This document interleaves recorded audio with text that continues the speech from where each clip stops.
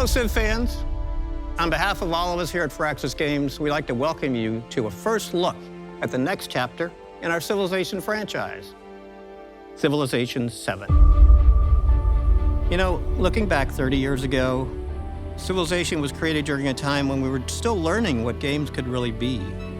We were searching for that next big challenge to take on, which led us to thinking, what could be greater than putting the entire history of the world into a video game and make it fun? 3 decades later, it's because of your passion, your love for Civ, that we're still here today. In every game of Civ, you've gone on a journey to build an empire to stand the test of time. And now the journey continues. Prepare to take just one more turn on February 11th, 2025, when we launch Civilization VII across PC and consoles, all on day one for the first time in franchise history. This is by far the biggest, the most ambitious game we've ever made at Firaxis. It represents a significant gameplay evolution for the Civ franchise, and it's a game we plan to support for many years to come. Today, you'll learn about the vision for the game, the driving force that inspired our biggest new feature. You'll see your Civ world brought to life like never before, and you'll discover why Civilization VII promises to be a revolutionary new chapter in this franchise that we all love so dearly. Please enjoy.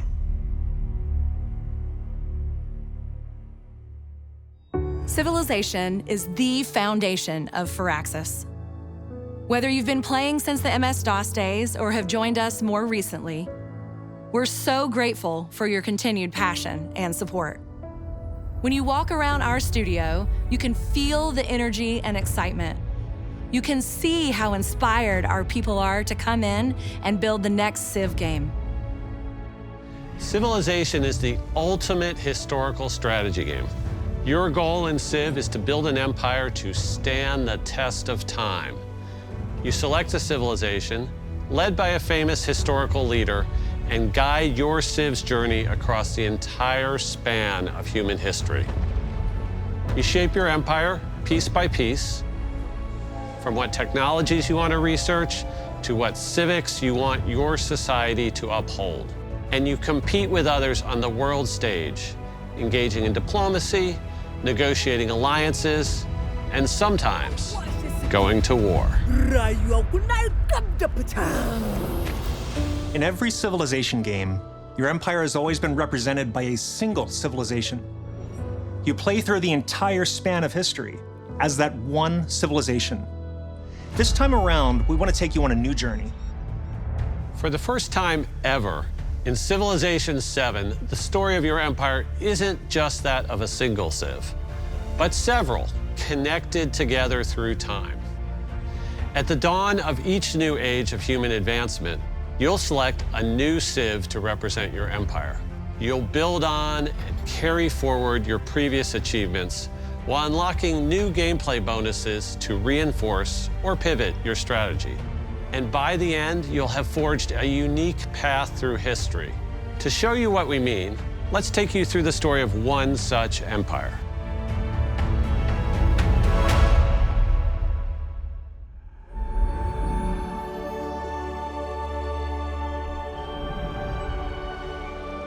It is the dawn of a new age. The Age of Antiquity, where humanity begins to take its first steps into the annals of history. The great pharaoh, Hatshepsut, leads the civilization of ancient Egypt. Among the arid desert lands and a winding river, the seeds of our people are rooted in sand and water. To discover what treasures and dangers lie beyond, a brave scout begins to survey and map the surrounding lands.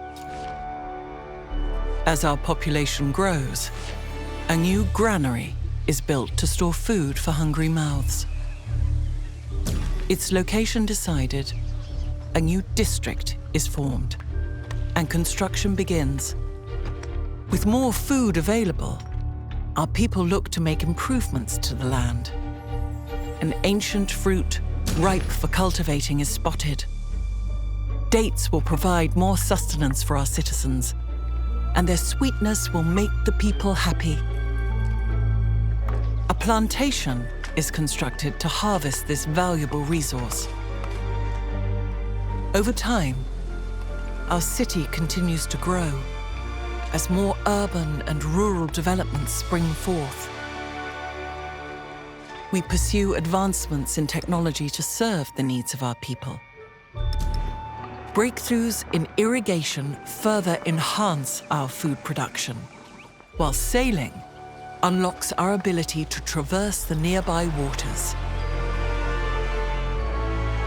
It is now possible to journey further and expand our empire.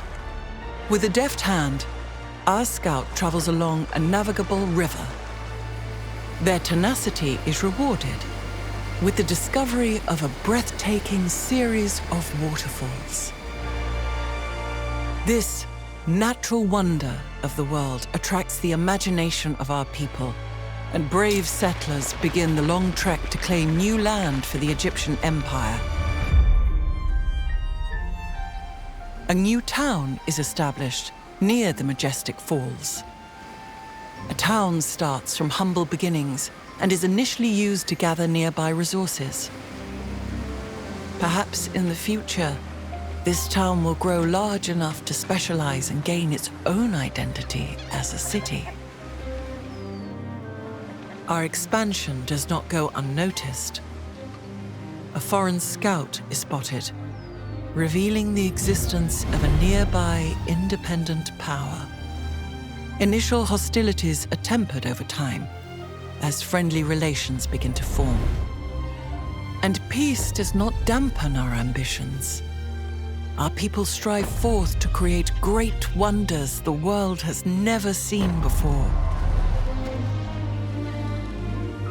As we continue to expand and explore the continent, we encounter new civilizations. They are eager to engage in a bartering of ideas and goods. Trade routes are established, providing mutual access to each empire's resources. But our rapid growth does not go unnoticed. Our neighbors' ambitions rival our own, setting us on a collision course. War is no longer avoidable.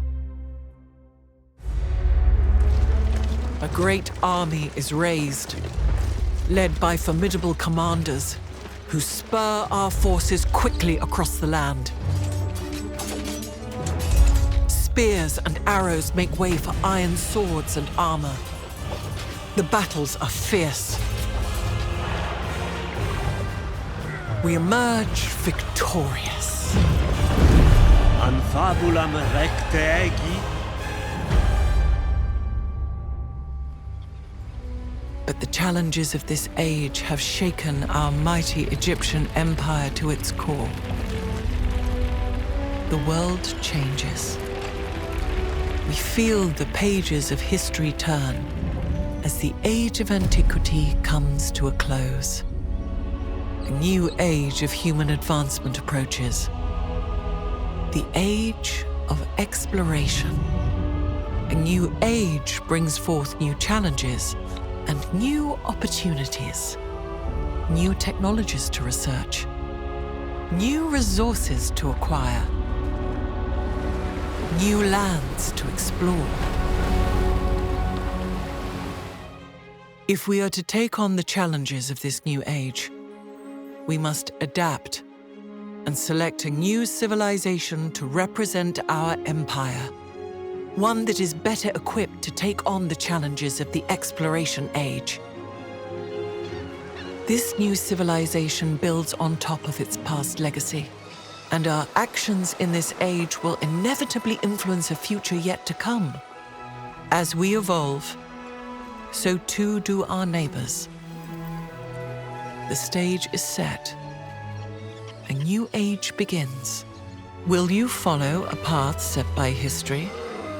Or will you pivot and forge something anew? What kind of empire will you make? What strategies will you pursue? The future is yours to create in Sid Meier's Civilization VII.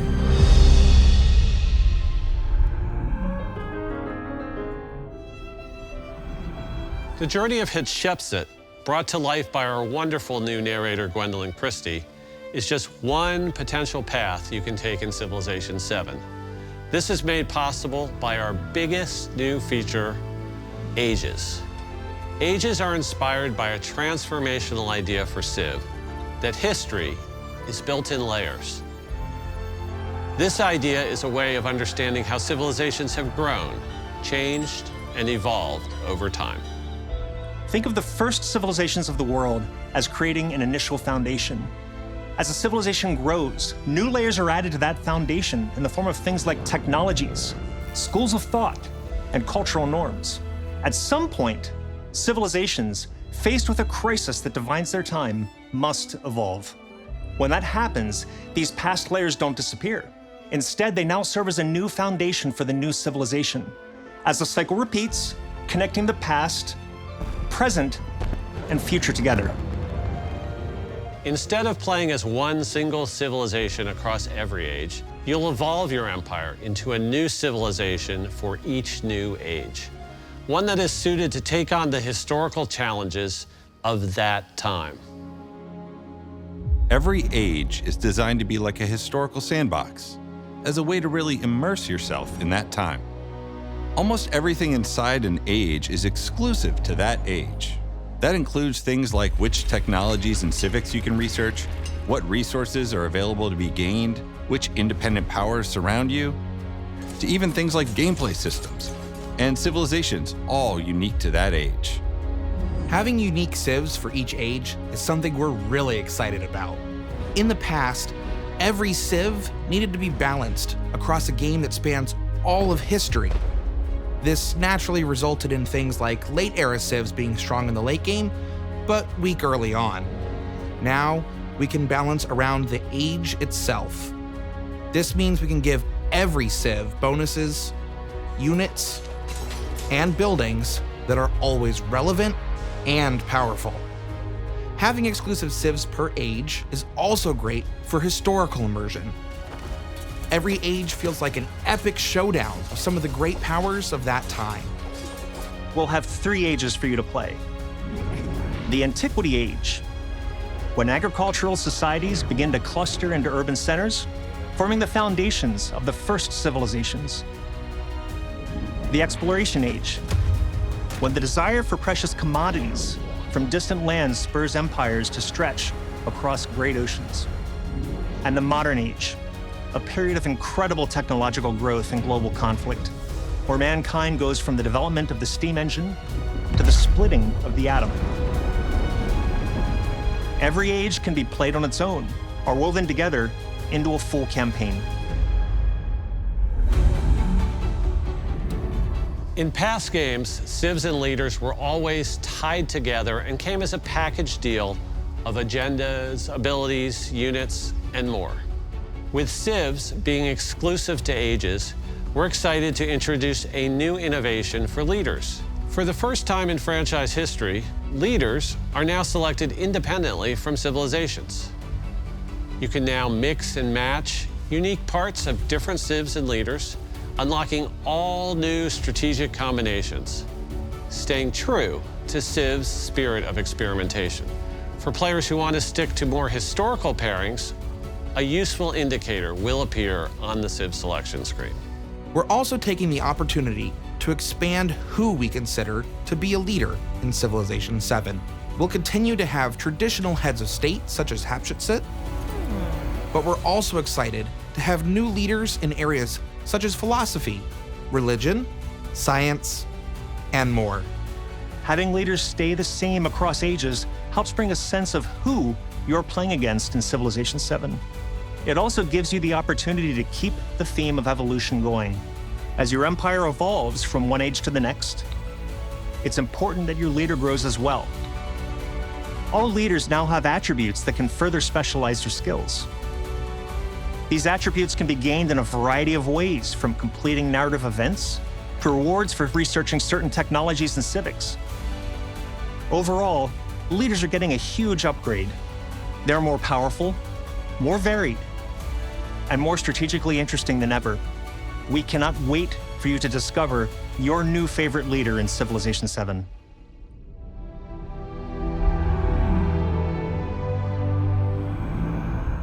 When one age ends and you begin an age transition, it is an incredibly exciting moment. You'll select a new civilization to represent your empire in the new age. You'll choose parts of your past civ to carry forward into the new one. And the game map literally expands, filled with new independent powers to befriend, new resources to acquire, and new discoveries to be made. During an age transition, there are a few factors that determine which civ you can evolve into. This includes any historical connections between your previous and future civ, your choice of leader, and even certain gameplay decisions that you made in the past age. Every civ plays differently.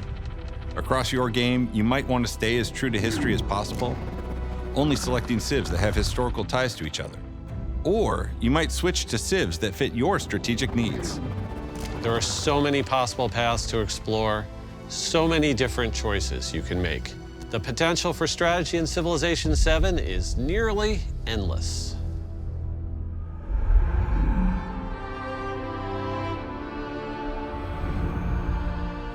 Something we hear often from players is about how when you play a game of Civ, you forget the world around you. Video games, more than any other medium, have this ability to completely immerse you in another universe. Whether it's through art, music, cinematic moments, or language, our goal is to bring your Civ world to life. Getting the look and feel for Civilization VII right is critical, so it's important to make sure we are capturing that through our art style. I spent a lot of time as a kid in museums, especially in the diorama sections, and being able to walk by and see these little miniatures that aren't moving, but there's a story told in them, was something that I always found intriguing. Technology changes every time we put one of these games out, and each time we put one out, we can do more. And we're at a spot in the industry now where we've just got a lot of tools and a lot of power under our belts to represent the entire world of Civilization. We're hoping that the players can look into this game, see the diametric detail on this, and tell their own stories that they've never told before. Everything is going to fit together in such a different way than it has in the past from Civilization, and I think it's going to give you a much more realistic version of the simulation that you're trying to create. We took a lot what we learned in the Civ 6 and learned from that, trying to open up some more spaces and everything. And we adjusted the tone from 6 a bit, and I think it's what our fans are looking for, and I think it's going to be a lot of fun for them. It's something that nobody else is doing, and nobody but Firaxis can do.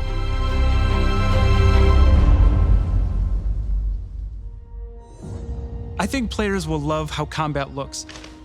We greatly expanded the variety of units in Civ 7. Units now constantly engage one another. You'll see and hear the clashing of swords and steel. Units have a higher level of fidelity than ever before. Everything from the little parts and pieces and details on the armor set to the entire representation of a whole army on a battlefield. I feel like this is going to become your Civ. Like this is the one. It has the look. Firaxis takes its representation of different cultures in Civ 7 very seriously. Language is a critical part of civilization.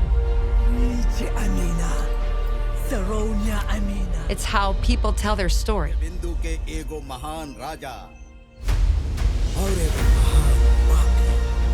This is important because we are trying to teach through this game, and it's important to our players. They want to see their cultures represented correctly. In many cases, some players have never seen their cultures represented anywhere else. It brings great pride and joy to be able to see themselves included in the history of the world. Music also plays an important role in bringing out the spirit and essence of each civilization. Every Civ has its own theme, and we're excited to share that Chris Tin, who composed the Grammy Award-winning theme Baba Yetu for Civilization 4 and the main theme for Civilization 6, is returning for Civilization 7. and we cannot wait for you to hear it. Today represents just an initial look at what's to come in Civilization VII. We have so much more to share, from gameplay deep dives to first looks at new leaders and civilizations, to what you can expect from Civ 7 post-launch. Sid Meier's Civilization VII releases on February 11th, 2025, and is available to pre-order today. Players who pre-order Civilization VII will receive the Tecumseh and Shawnee pack. And if you haven't already, be sure to create a 2K account and sign up for our Civ newsletter to receive the latest updates. Doing so will unlock the exclusive Emperor persona for Napoleon in Civilization VII. And as a special thank you, if you use that same 2K account to play Civ 6, you'll automatically unlock Napoleon's revolutionary persona in Civ 7. Check out our website at civilization.com for full details, and be sure to follow Civ for all the latest. We hope you enjoyed this first look at Civilization VII. The entire team at Firaxis has been working very hard to make sure we deliver a game that gives you more reasons to take just one more turn.